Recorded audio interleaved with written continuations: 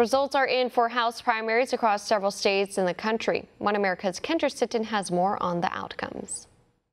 Who will face off for House seats in November is decided in several states. In New York, all GOP candidates ran unopposed, except in the 11th district, where ex-felon and ex-congressman Michael Grimm ran for his old seat. He was beat out by Dan Donovan, who took his spot in the House of Representatives while Grimm was in prison. For 20 years, who had the confidence in me to be the lone Republican voice in New York City, and stuck his neck out and told the world why he wanted me to be there in Washington with him. Thank you, President Trump. Donovan will face off against Max Rose in November, following a crowded Democratic election.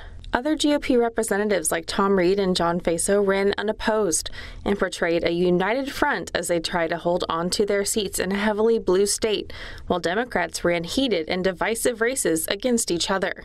In District 2, the first woman who got FEC approval to use campaign funds for childcare, Luba Shirley, beat out fellow Democrat Dwayne Gregory, who lost against incumbent Peter King in 2016. And a massive upset in New York after top Democrat incumbent Joseph Crowley was beat out by a startup Latina Bronx candidate Alexandria Ocasio-Cortez in the 14th district. She ran on a far-left platform of Medicare for All, a jobs guarantee, and campaign finance reform to defeat the top ally of House Minority Leader Nancy Pelosi. This race is about people versus money. We've got people, they've got money. It's time we acknowledge that not all Democrats are the same.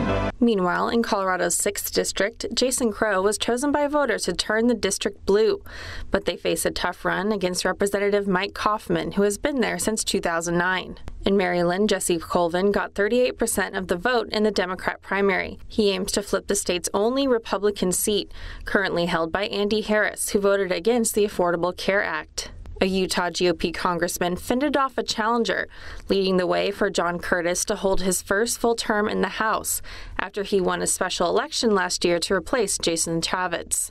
In Oklahoma, there is only one potentially competitive House race between incumbent Steve Russell and his Democrat opponent.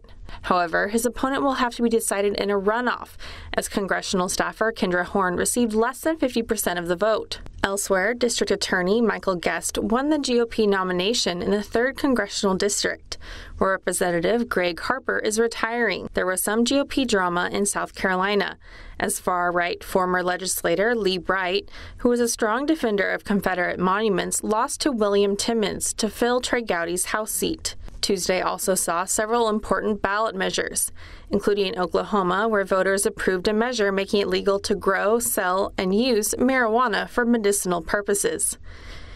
Kendra Sitton, One America News. Want to see more videos like this? Click on the link below and subscribe to One America News on YouTube, and call your cable provider and kindly demand that One America News is added to your lineup. Call and subscribe today.